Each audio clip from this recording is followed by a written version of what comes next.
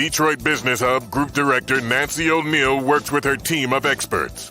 Listen to conversations with business professionals to discover the latest business innovations, insights, and trends. Find out what's hot and what's not in today's business market. Hi, everyone. Welcome to our live episode of DBHG. I am here with Miss Tanisha Wilson. She's going to introduce herself. She is the current president of Greater Detroit Realtist Association. So we're looking forward to hearing the knowledge that she has to share with us today. And I'm going to go ahead and give her the floor so she can properly introduce herself. Go ahead, Miss Wilson. Thank you, Nancy. Thank you so much for inviting me to come and be on your show and talk to your audience and your members about the Greater Detroit Realtist Association.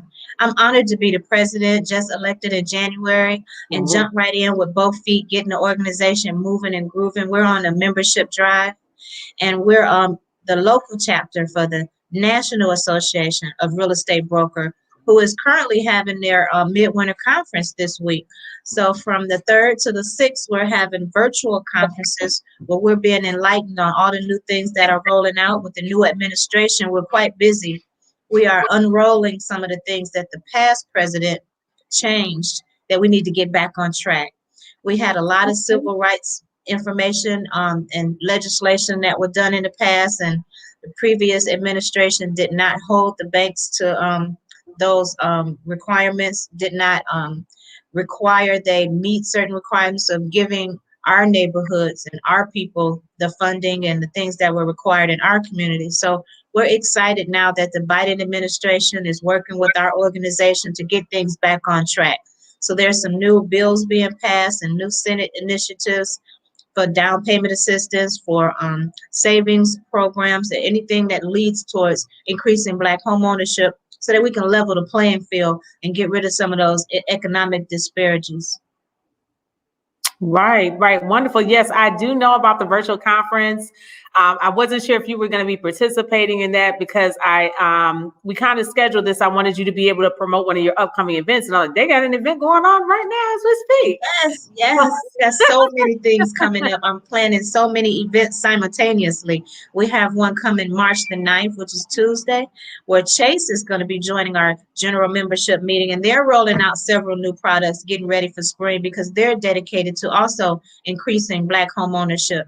And so now that we have been through the time where George Floyd has made everyone realize there's some serious things we need to look at in our country. So now we're at the table and no longer on the menu. And they're coming to us knowing that we've been in the movement for the long time, blowing this trumpet, that we need some help with leveling the playing field. There's documented evidence of how the government and private industry has kept us away from enjoying equity and kept us away from redlining or just having different qualifications to get approved for a loan, and different things that have held us back from urban renewal to last hired, first fired, where we need to level the playing field so that we can change the disparities in the economic situation and get us back in the driver's seat so that we can be vital in the community again.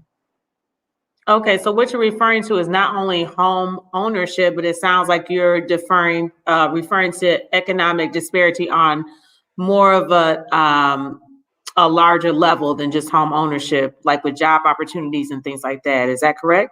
That is correct. From developing to factories to job training to access to private capital and even funding for small businesses. Our people are always left behind and not meeting the standard that we need. Some do, a few get through, but there's so many more people who need to have their hand held. So we have home buyer workshops every month. We have all kind of training and things for the brokers and other people to be independent. So we really appreciate being able to make these things happen that we've been working on for so long to get our people into homes. For first of all, how are you going to start a home business if you don't have a home? The home is where everything starts, from education, from homeschooling to home businesses. The home is a vital, sacred part of our society and our culture, and we should not be denied the opportunity of home ownership because that's where everything starts, at home. Right. It all comes back to the home, doesn't It it? does, yes. Well, I appreciate you coming on, and I so much enjoyed being a member of GDRA. It was Akriba at the time that I was a member, and I see how the organization is constantly evolving. Tell us a little bit more about the virtual conference this week. I know you have some headlining speakers that are big in Yes. commercial real estate, and tell us more about what this conference is about. The conference is going on currently, and we had some awesome speakers today. We've had Mhm. uh, I'm trying to think of his name. He's a very famous developer who spoke Okay. about the differences in when we want to develop versus when others want to develop. There's so many Mhm. obstacles that we haven't been able to overcome, and mainly is the private lending. And he spoke about how of the millions of dollars and trillions of dollars that are being used for private money and developing, only one small fraction of that is with minorities and women. Minorities and women combined is only 1% of all of the Right. monies that are being spent on developing. So that is a egregious disparity right there that we need to level Right. the playing field. And he wants us to look more into developing so that we can take advantage of our neighborhoods when they go down, that we can bring them back up in a manner that we see fit. Because quite frankly, it's not right for us to be in a community for so long that when they do really develop it, we have to leave Mhm. because we can't afford it anymore. Right. But if we're developing it ourselves and we have some control, then we'll make sure that there's low to income, moderate housing, as well as upper class and high price housing, so that everyone has an advantage of being in the neighborhoods that they choose to be in. It's been quite frequent that something happens and we have to move, or here comes a freeway, or here comes Mhm. a museum, or here comes a prison, or whatever is coming next. They plop it in our neighborhood, and then we're scattered again. When you know there's power and synergy and unity and community, and to move around different neighborhoods takes away the stability that you need to really prosper and thrive. And we want to do more than just survive. We want to prosper and thrive and leave a legacy of generational wealth. And that is easily done through real estate and insurance. And I'm the biggest proponent of those two things right there because it actually changed my life. My Mhm. stepfather died. I was 14 years old, and my mother was able to receive the insurance that he left for her, as well as the properties that he owned that she inherited. So those things took us from the hood to Rosedale Park. And I know the difference. And I know the difference between how I grew up versus the people who were still in that other neighborhood. And Right. it's not that we need to leave those neighborhoods all the time. It's just that we need to be able to make the choice as to whether we're going to fix up this neighborhood or move to a better neighborhood. And the neighborhood that we moved to, you all know, is commonly Rosedale Park. Yeah, And it's I very saw popular. two family households where the grass was not just cut but edged. Right. And there's a lot of other examples of how it was different, but it made a major impact on my house and on our household. And because my mother married him, she was Mhm. able to enjoy those benefits as opposed to if she had just been living with him. And you hear so many people say, "Oh, I don't need a piece of paper," but you do, because Absolutely. marriage is a business. Yeah, And it's a contract. when she inherited those things, it made our life better. And she was Mhm. able to do more for me and my brother and show us a different world because of the insurance and the real estate that she gained from her inheritance. Right. And if they had just been shacking up, she wouldn't have gotten anything. And his sister would have came and took everything and put us out, right? Yeah, that's usually the way it works. It does, and So it's sad. It's really it's sad, and I very don't want to sad. see that happen to anyone. So I can give a great testimony on how having insurance and having real estate is gives our people a leg up, so that we don't have to keep starting over and starting over every generation. And some of us are starting over every decade. Right. You're right. Yeah, that's one problem that we seem to continuously have in the African American community as a whole is establishing generational wealth. And it seems a lot of times it's just, one generation, but it does, for some reason, it's not getting passed down. So, it's actually not just one reason, but multiple reasons. Sometimes funds are lost or mismanaged. Sometimes the children don't want to inherit a business. They want the benefits of it, but they don't want to put the work in. But Yeah, and the probate court process is really mhm, challenging. Sometimes the children just let the house go because they don't have the right, resources just to get a lawyer to take it through probate.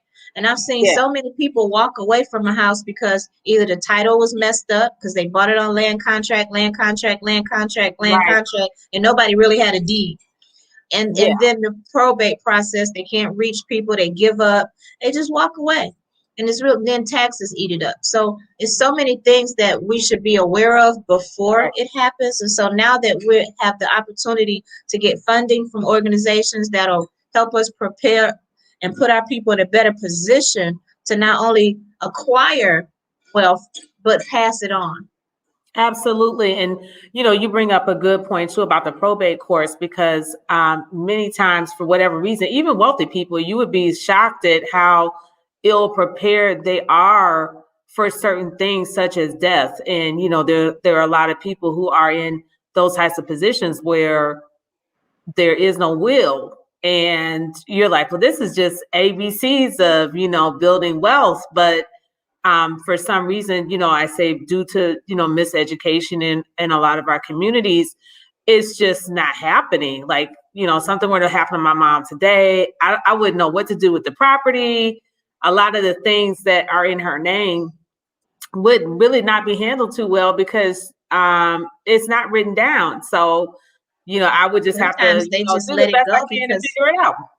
many times they just let it go because they don't have the resources just to be sitting at the table with a lawyer to find out what their options are. They assume that that fee right there is so unattainable. They don't even Right. seek a lawyer to say I can't afford a lawyer. They just give up because the house ain't worth nothing. Yes, it is. Oh, that lawyer Yes. gonna cost too much.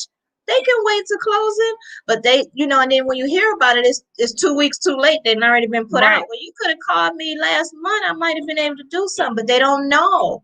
And so we have to make ourselves approachable. We have to be out in the Yeah. community and let them know that you can call us. We are a resource. We're here to help. Please don't call afterwards to tell me the sad story so that I'm going to be sympathetic and helping you find a place to rent. Well, no, I want to Exactly. help you keep the property you have in your family so that you can be stable and thrive. And that property does have value. A lot of the neighborhoods that our Absolutely. people grew up in are now selling for $400,000 or $500,000, whether it's the North End or Boston Edison, Right, and right, even right. some properties in Rosedale are now $200,000 already. Mm-hmm. New one Yeah, came on the market today. it's a beautiful area. So I just wanted to say too, sometimes I think that we can put a little bit too much value in a home, meaning that doesn't have to be your only asset. Like we can have too much of a house. So, that term of house poor, where that's really all you have. And it's like the house, if there's still a mortgage, is really taking you right up to the edge. And, God forbid if you need a major maintenance issue, like, a roof or something else, and it can just tip you right over because there's no more money left. So I think that's another lesson too, to just kind of not live to your means or above your means. It's good to live a little bit under so you have the extra funds to make a repair, or you have the extra funds to contact an attorney without it really, burning a hole in your pocket. So I think that's Yes, it's another very. important. So we like to help with budgeting. Budgeting Yes. is not a bad word. Discipline is not a Not a bad curse word. word. It's a Right. GPS for how your expenses are going. So proper counseling prior to purchase is where that comes in. So our NID HUD housing specialists, who are certified HUD housing counselors like myself, we Mhm. have these workshops where we help people with budgeting. And budgeting allows you to say, okay, yes, you may be willing to loan me $300,000, but I know I only want to purchase something at maybe 120, $150,000. So I'm not house rich and budget poor. So budgeting really, and then knowing the difference between needs and wants. Absolutely. And knowing what you have to have versus what you don't have to have. I had a consultation with a client the other day, and I was looking at their budget, and they're paying $250 on water. And Oh I'm wow. really, and this, the water's not even in their name, Oh no. but you got missed payments on your credit card. So the priorities are, I know you want water, but did you know that there's a moratorium on water shutoffs right now? They're not going to Oh shut off any water until 2022. And if you're in a rental and your lease is up in June, why are you mhm. paying 250 on this water right now? It's not in your name. So just sitting Absolutely. down and being counseled to know Mhm. that looking at your budget is important, because so many people, they work in 8 and 10, 12 hours, and then they get in front of the TV or the video games, and they don't have the time to think about that. They don't Right, think right, about it. And right. if they get that prepaid card, they're not watching what's going out or what's coming in, as if you had Mhm. a checking or savings account and you can look at it and be conscious of what's going on. So many of our people just not conscious, and for a long time, people just didn't talk about money. But it's okay to talk about money. It's Yeah. okay.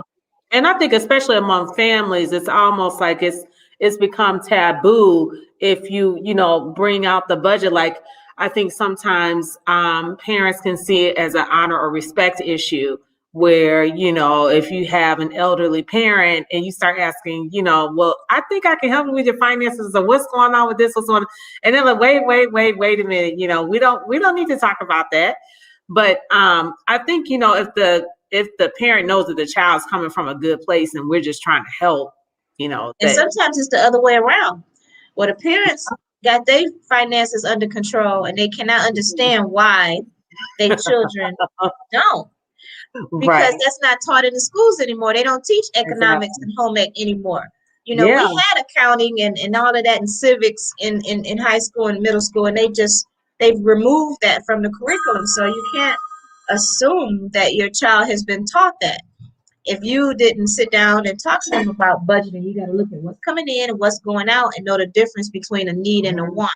Instead of go and then refer back to the goal frequently so that you stay abreast of it, instead of just tossing it in a drawer somewhere. You got to put it on the refrigerator, put it on the mirror so that you're consciously watching, okay, I got to watch that. Or even if you do go outside of your budget, you are aware of it and then you can adjust somewhere else. Like in absolutely. summer, you got to get the grass cut, but in the winter, you got to get the snow shovel. So there is a balance, and many of our people are just not aware that they need to budget and discipline themselves accordingly.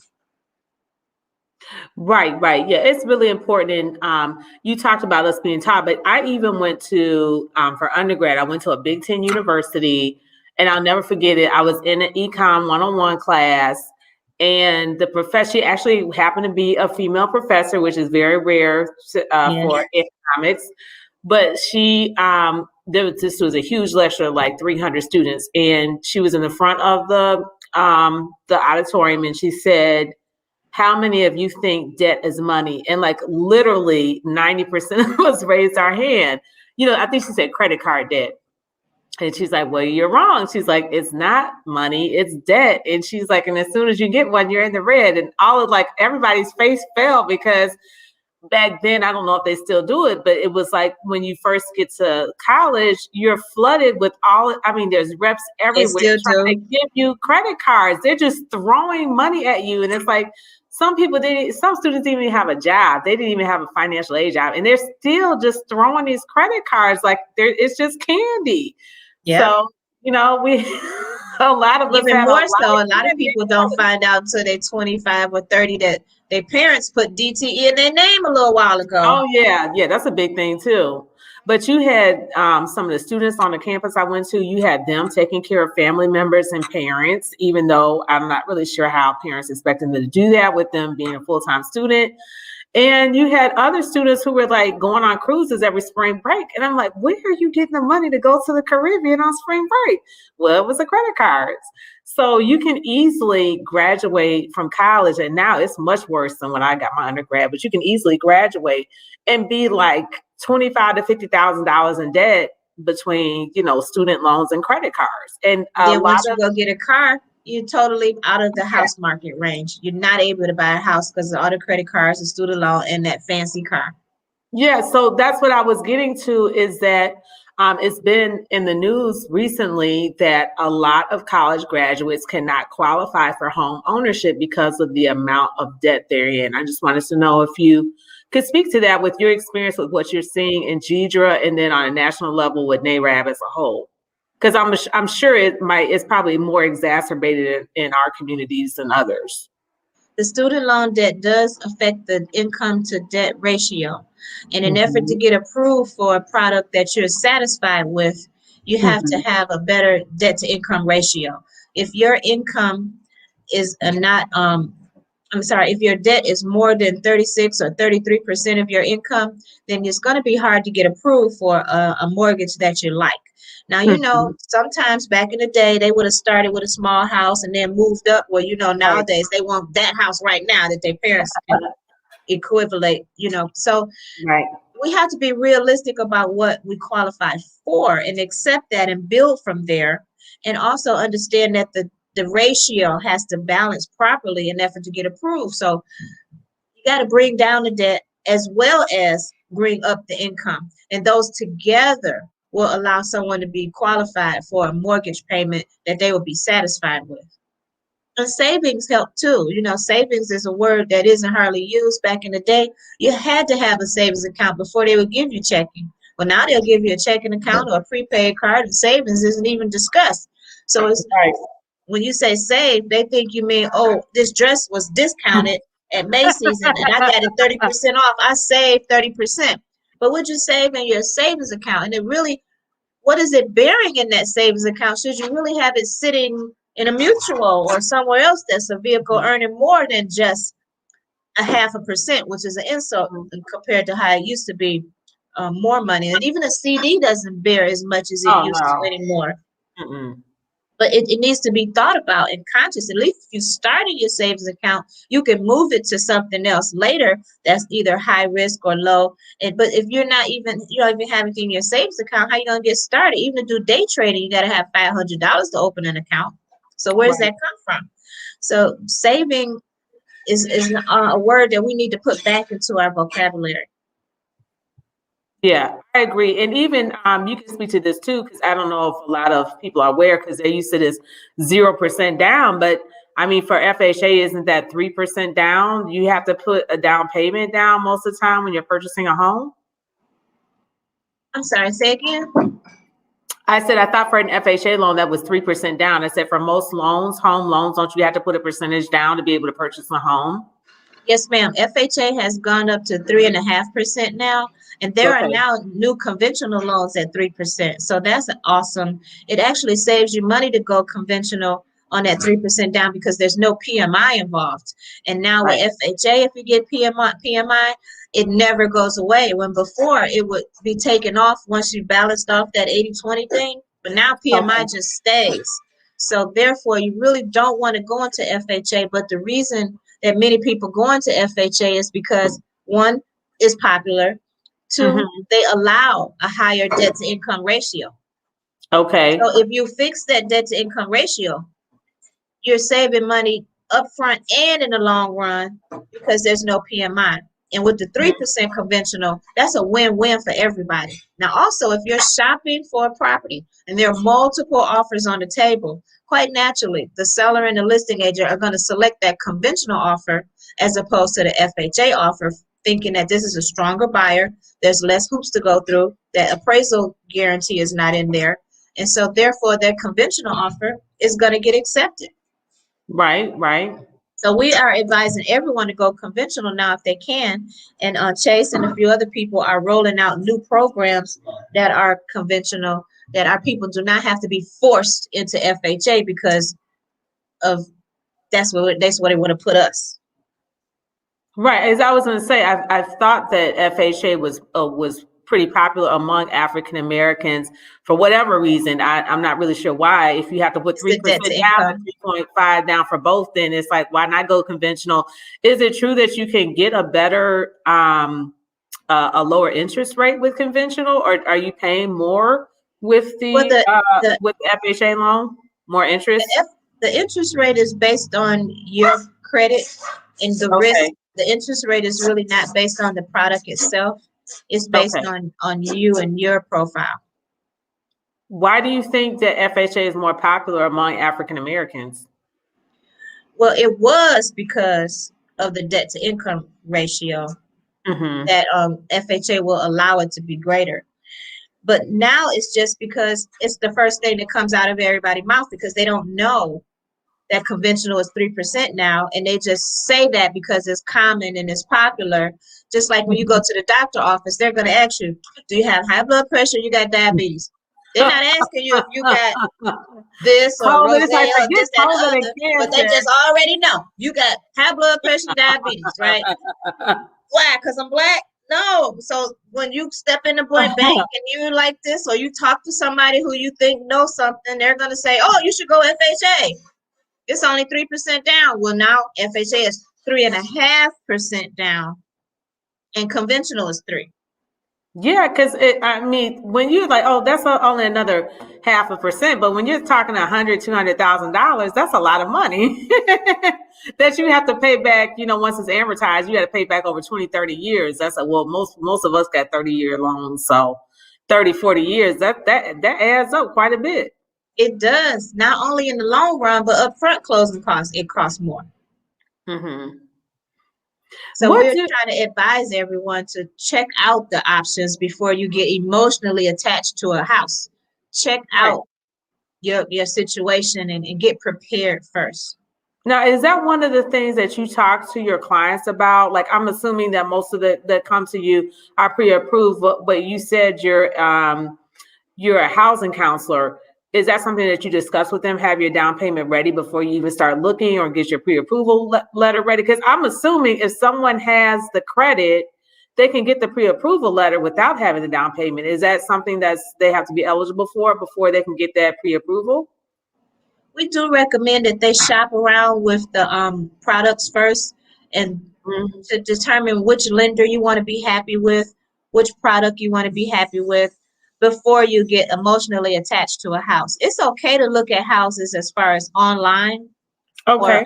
open houses, but we Mhm. really don't want to encourage you, especially in a COVID situation, to go in and out of houses and you can't actually act on it.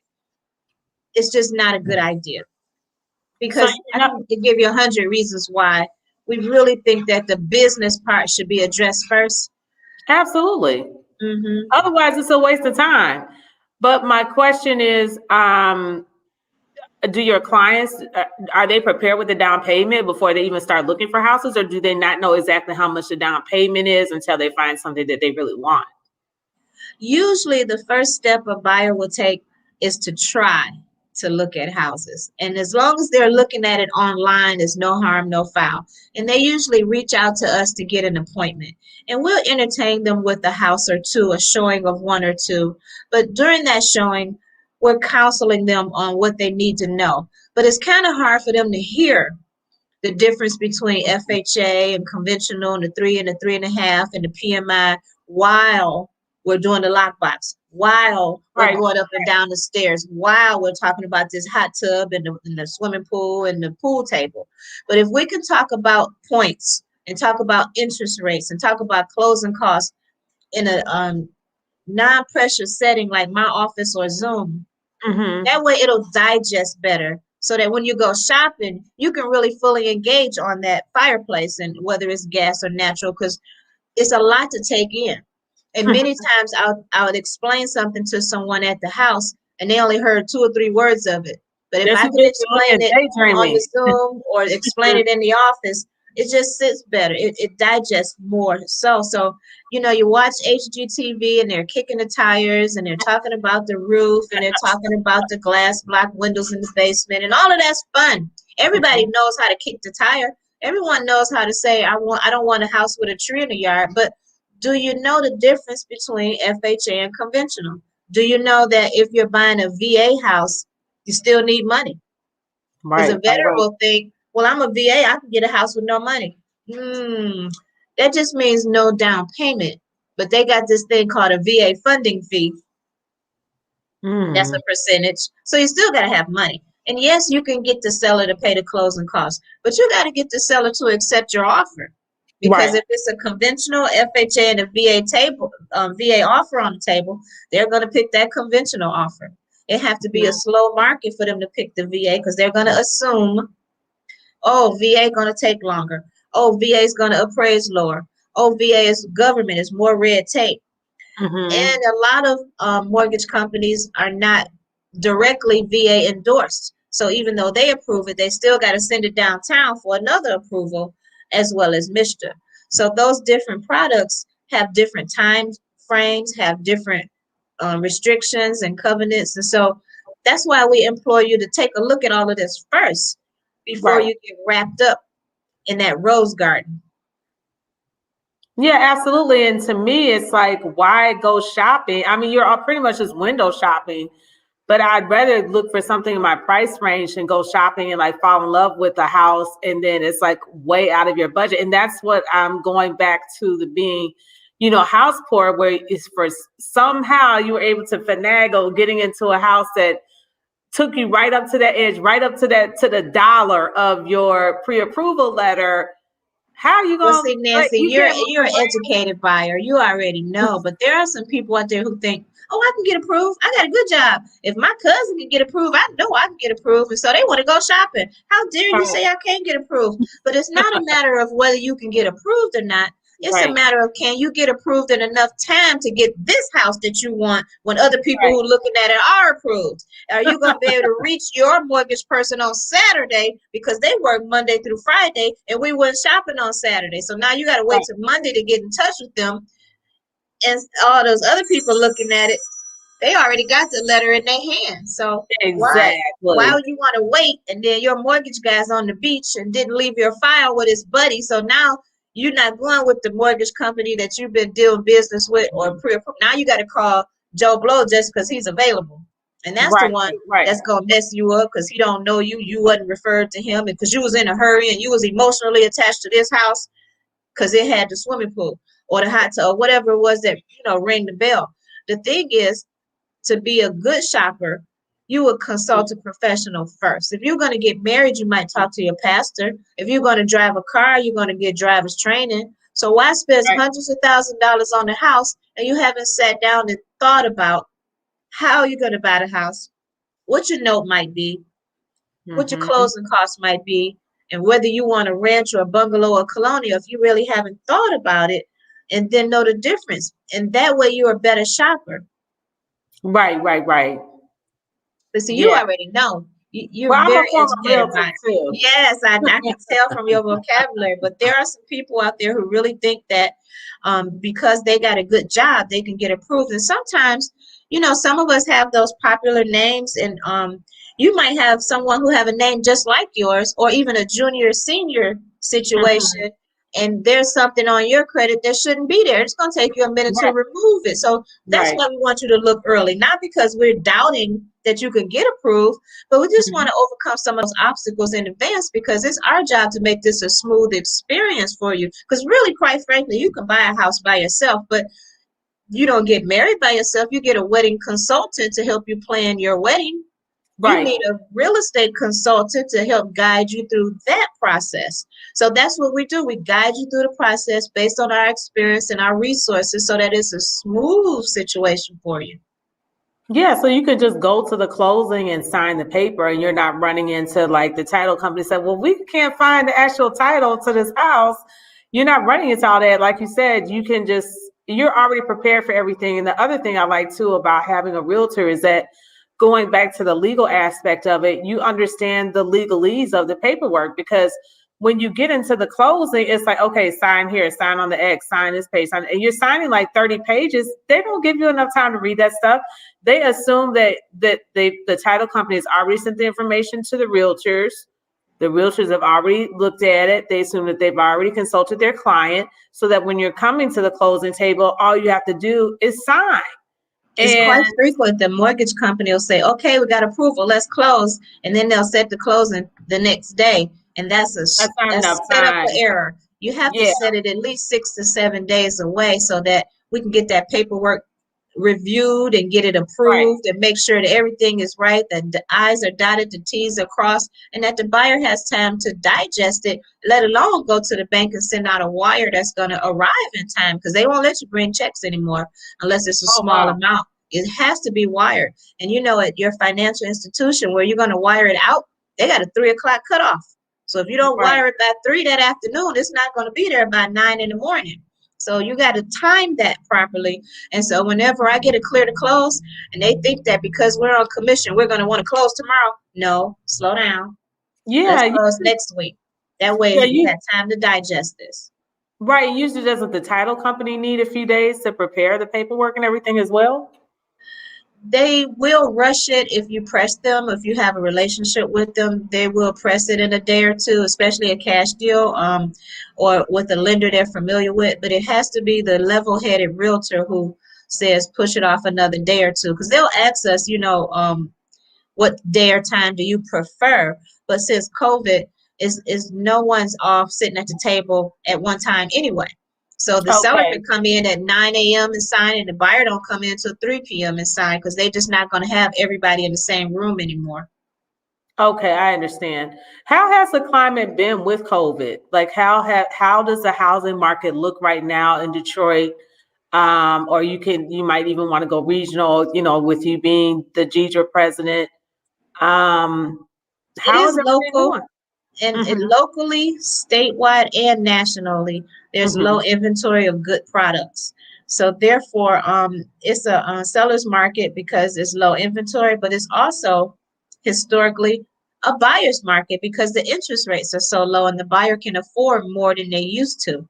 So it's a seller's market and a buyer's market. So we have closings going on all week long and buyers calling all day long. There's a lot of people looking to rent and a lot of people looking to buy. We have a lot of activity going. I mean, you can see how my phone is going off as I I'm know sitting we're here, ringing off and the it's hood. after 6 o'clock.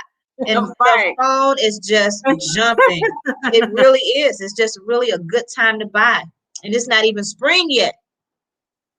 Now, your people that want to be renters, tell me why they're renting and not taking the option to purchase a home at this time.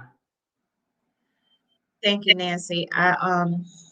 I'm really sad to say that a lot of people are just not prepared. No one wakes up in the morning and say, I'm gonna go buy a house today. It takes a lot of preparation. And some people are scared of rejection and don't want to put their foot out there. Some of Mm-hmm. them just procrastinate. And some of them parents never owned a home, so it's not even on their list of things to do. But there Mm-hmm. are some who just procrastinate. I'll buy a house next year. Some of them don't know the qualifications and automatically assume that they don't. And so fearful of rejection, they won't even reach out and try. So it's a lot of different reasons why people are not buying. A lot of people are just not feeling stability. And because we Yeah. lived in the era where we had a crash from 2007 to maybe Right. 2012, because they witnessed that and don't want that type of shame, they'll just refrain from the whole process, not realizing that our grandparents and the parents before them died to get Mm-hmm. their own houses, were kicked off the farm from sharecropping and all kind of trauma, and would have took a house on the corner, would have took a house with one bedroom to have their own. But Mm-hmm. nowadays, if a kid can't find a house that they can brag to their friends about that's equivalent to their parents' house, they may not want one. And if they've been raised in a neighborhood where they didn't see pretty houses, they don't know that there are pretty houses out there, and they don't seek that. They think getting an apartment is the greatest thing to do, when Right. really you just get an apartment because you want to leave a home that you're not happy in. You want to leave mom because she has rules. You want to do your Mm-hmm. own thing, and you don't want to. So therefore, it's a lot of people that just haven't made that American dream their goal. And I'm hoping that culturally we can shape that a little bit by having the people who are buying a home or enjoying a home testify for the good things, because the nuances are so small they might not be realized. But having a home affords so many different options and abilities. Just take, for instance, you got four boys riding in the car, four deep. Mm-hmm. They get arrested. Mm-hmm. The kid whose mom or dad has a home, they got a line of credit. They can go get him out and get him a lawyer. He didn't work at school tomorrow. But the Right. kid whose mom doesn't have a house, can't borrow on it, might not be able to get a real lawyer, have to get a public defender. that kid gonna miss work tomorrow and might get set up for a plea bargain or something they didn't even do. So it's so Mhm. many examples of why having a home means something. Back in the day, it was prestigious to have piano lessons. Well, they would come to your home to do piano lessons. Who can fit a piano in an apartment? You're right. And the other thing too is that I don't think a lot of people understand you need a down payment to get an apartment. I mean, some of these down payments are And a credit ridiculous. check. They want first month's rent, last month's rent, and a security deposit. I mean, you probably with some places you might live, you might be paying close to $3,000 just to get an apartment. And they check credit too. They check credit too. They really do. For sure. Yeah, sometimes that's what they're basing that security deposit on. And I know I lived in Florida for a year and a half. I left Michigan and moved to Florida, and I had to fight to get my security deposit back. And I'm like, I know I left the apartment in pristine condition. They're like, oh no, there's nothing wrong with the apartment. I'm like, where's Most people don't get it back. Most people do not get it back. And it They'll was come up with all almost kind of reasons, but most $1,000. people do not get it back. So then I was like, look, I said, I'm gonna have to call an attorney because I waited like a good 4 months. And then when they sent it back in 2 checks. And see, like, because you said that lawyer word is what got them moving, because a lot of people just say, oh, forget it, and they just move on. They go back to work and they wear a victim on their forehead. Oh, they got me. And then they move on. But because you pursued it and said that lawyer word is why you got it.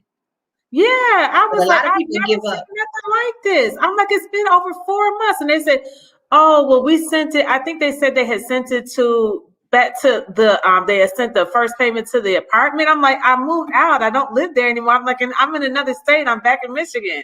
I was like, send me my money. That's why you wanted the deposit back, because you left and they sent it there. Exactly.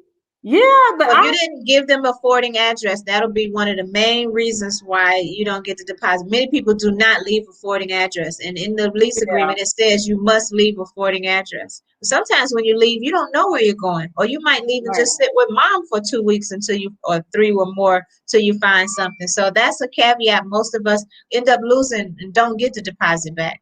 Yeah, I never heard of that because I said I never seen nothing like this in my life. I was like, "Oh, you gonna give me my money back?" I was see it all the time. Do you want me to drive back down there? Like, and they're like, "Oh, this is probably like, oh, the angry black woman. We don't want her coming back down here. Let's give her her money back." But it was ridiculous. Yes. I was like, I don't understand why people go through that. It's where were you in school at? Where were you at when it happened? I was in Clearwater, Florida, and I had paid. Yeah, I stayed there long enough to get my teaching certification, and then I came back to Michigan. So I was just finishing up my master's in elementary education, but I was like, I couldn't believe it. I just was like, I called, and I'm like, I don't want to be a nag, and then you get busy, and another week goes by, and I was like, I still have not gotten that check back. Like, where's my money at? There's some cultural things that I could say, but we're live about you being a Yankee and you standing up to them, or some of the other cousins might not stand up to them and just shuck it on off. Right. But that's the thing. It's like we have to start like getting, I don't like to use the word militant, but that's how I feel, because people don't have a right to steal your money like that. And if I had done something wrong or, left the apartment torn up or something, that'd be different. But I mean, like I said, there wasn't anything wrong with the apartment when I left. So I don't know. It's like I've never seen anything like this. I understand. It's really crazy. I'm sorry. I'm just replying to this message about another call coming up at 7. I'm sorry. That's okay. Well, I see you are super busy, Ms. Wilson. Let's wrap up. Let's talk about the webinar next Thursday. You had mentioned Chase, and I know it's the Freddie Mac is another one of your sponsors. Tell us a little bit about the topic of the webinar. I believe is it open to members and non-members? It is open to members and non-members, and there's a link I'm going to share with you if I haven't already. And they're going to be rolling out new products that they've designed to help us. Well, we have down payment assistance programs. Okay, I'm going to find that and send it to you. So they have some new products they're rolling out that that you can combine product A and B or B and C so that you can get down payment assistance and cover some old bills. We all got that old cell phone bill still on our credit report or that old this. So these new products are designed to help us get over the hump so that we can get into a property. And they're loosening a restriction and loosening some credit score requirements so that we can actually qualify and increase Black home ownership. So they're starting with us, and they're rolling out this program on March the 9th so that we can get ready for spring. It's to empower the real estate agents. This call coming up Tuesday is designed towards people in our industry so that we can help our buyers. It's not a call really that's set up for buyers to call and listen in, but to get us prepared so that we can digest it first and be able to explain it to our buyers when they come knocking on the door saying, hey, help me out. What can you do? These programs that Chase are putting on, they met with us early in January. We had 2 or 3 different brainstorming sessions where they actively listened. Actively listened to what we told them our people need. And they took all of that information back and honestly sat down and rolled out these products based on what we told them. So we're really excited to have a hand in creating what's going to help our people and help increase Black home ownership. Okay, and then what are some of the options that first-time home buyers or incentives for first-time home buyers right now in the market? Well, thank you for asking. All of these products are not only for first-time homeowners, but for everyone.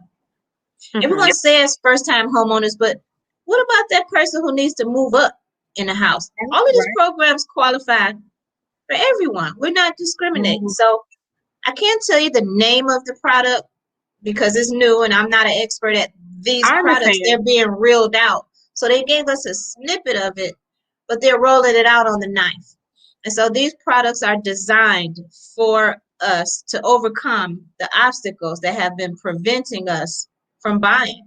And so these things are designed for buyers who have challenges, and many of our people do. And so I can't tell you, well, it's going to be product ABC or 1, 2, 3, and it does this, that. But understand that Chase is revealing it with us.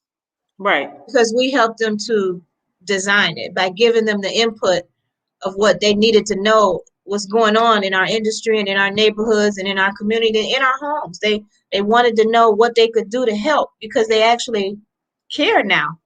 We're at the table and we're designing things that's going to help our people progress. So once we have this meeting on 9th, I can tell you it's product this, that, and the other. No. I'm going to try to attend myself if I can. My podcast air on Tuesdays and Thursdays. Yeah, but if it's out of, if the hours are available, it's usually from 6 to 7. So if the hours are available, I would love to attend and participate. Ma'am. It is at 6 o'clock, and it'll probably run to about 7:30 or 8. And even if you chime in late, it'll be good information, or I can abreast you of everything later if you can't make it. But right now, it's being revealed, so we're excited about it being revealed with us, and we're going to make sure that it actually hits our people and they could take advantage of it. Because prior to this, to Biden winning, all of those programs were beyond our reach, and it was catch-22 on, well, I got this right, but that's messed up. I got this right, but that's messed up. So, we want to get people in a position where they can take advantage of all of the opportunities that are here, and not just with Chase, but with Michigan. The Michigan State Housing Authority just increased their down payment assistance from $7,500 to $10,000. Oh, wow. Yes, $10,000 in closing costs. So really, if you've got decent credit, you don't even need money. You really don't even have to have a lot of money. You're going to need about $1,000 for your deposit to take it off the market. Right. And if you're buying the house that you're renting already, you don't even need a deposit. Oh, wow. Okay, that's good to know. You probably already paid the deposit when you rented the house in the first place. That's relative, and a lot of people, when they rent, their criteria for buying is not the same. You'll see somebody rent something for 10 years, and then when you ask them what they want to buy, oh, I don't want this. Well, why? You've been living here all this time. It's the easiest paperwork to make you the owner of the house that you've been renting all along. And you don't have to stay there 30 years. You can just stay there 12 months and then rent it out and get you something bigger and better because now you have leverage. Right. Absolutely. Yeah. Yeah, that's important. And you have homeowners who are willing to sell to the tenants because say you've been Yes, here a all this lot of time. them. They're A trying to lot get of them. rid of the house. And I think it's And just a then you go to the discussion that same needs to be place, and then made. you'll know it's going to be lower. You know it's going to be almost half is what it was. And so therefore you have leverage that you can use to either rent out and sell to get to your next place. So if that next place is out of reach right now, how about buy where you're at and then Mhm. grow? But that's a conversation, that's a cultural mindset if you're okay with where you are now. And a lot of people settle and then they don't want to buy that. But if you just buy it for leverage, you don't have to say it's your forever home. It's just where you're starting at. And really, Just the a people starter who know home. what their parents have, they need to know where their parents started at Absolutely. and not trying to take off from there. Yeah, it's called a starter home for a reason. Exactly, exactly. And they turn their nose up at starter homes, but it's somewhere to start. And many times when those veterans came back from World War II, they loved those starter homes because before they went to war, they was on the farm in a shack with no floor, and they was sharing a room with three brothers and two sisters, and now you got your own place. So whether they Yeah. had two bedrooms or four, oh, I want to get to that 4 bedroom thing. Mm-hmm. Yeah. Well, Everybody wants 4 bedrooms. that's the dream. 4 bedrooms and 3 bathrooms. Everybody wants 4 bedrooms. You know, they can have 2 kids, but they want 4 bedrooms. And sometimes you could just have 3 bedrooms in a family room, or 3 bedrooms in an office, or 3 bedrooms in a den, or 3 bedrooms in a finished basement. But oh no, I need 4 bedrooms. Can we start at three? Because that's a budget thing. You know, it's gonna be more. Or you might have 4 small bedrooms where you can have three Right. big bedrooms. And so a lot of it is a cultural issue and it just needs to be talked about. We need to sit down and talk before we go shopping and have realistic expectations. Absolutely, absolutely. Well, thank you so much, Miss Wilson, for taking the time to chat with me. I won't keep you because I don't want to keep you from your sales, from your renters and your buyers. And I Thank you, appreciate you Nancy. taking the time to chat with me today. I'm going to try to attend on Tuesday. And I'm sure you're doing a lot of great things with Deidre. Congratulations on getting voted for president. I'm Thank sure that our you. paths will cross in person again. We do have our upcoming, as part of our DBHG lecture series, our upcoming event is Kim Lee Naylor. She'll be with us uh, on April 23rd, and she's a member of, I'm sure you're familiar with the organization, the National Association of Black Women in Construction. So Yes, yes. since we were talking about development today with women, it would probably be great for you to connect. She currently is an active member. She is either she has been the national president, and I'm sure she's very involved in her local chapter. So, What's her name again? Kim Lee Naylor. So, if Okay. you two haven't connected, I would strongly recommend that you attend the event. I And I'm think there are some members of her organization that belong to our organization. okay. Met her. With Deidre, are you all going back to in-person meetings? Or are you pretty much doing everything online right now? We're still Zoom right now. Zoom. Okay. Okay, there's nothing wrong with that. We only are gonna for our lecture series, we're only meeting 4 times, in person this year. I'm trying to add some workshops as well. So We have some so I totally in-person things understand. coming up in April. Oh, okay, yeah. Well, definitely keep me posted on that. Like I said, don't be a stranger. I'm sure our paths I will cross will. again. I appreciate you coming on the show today, Miss Wilson. I'm gonna let you get back to work because it seems like a Thank real you, Nancy. is never done. I appreciate you so much. It's been a pleasure. It really has. Okay, have a Thank great you. evening. You too. Bye. Detroit Business Hub Group Director Nancy O'Neill works with her team of experts. Listen to conversations with business professionals to discover the latest business innovations, insights, and trends. Find out what's hot and what's not in today's business market. Bye, everybody. See you next Tuesday.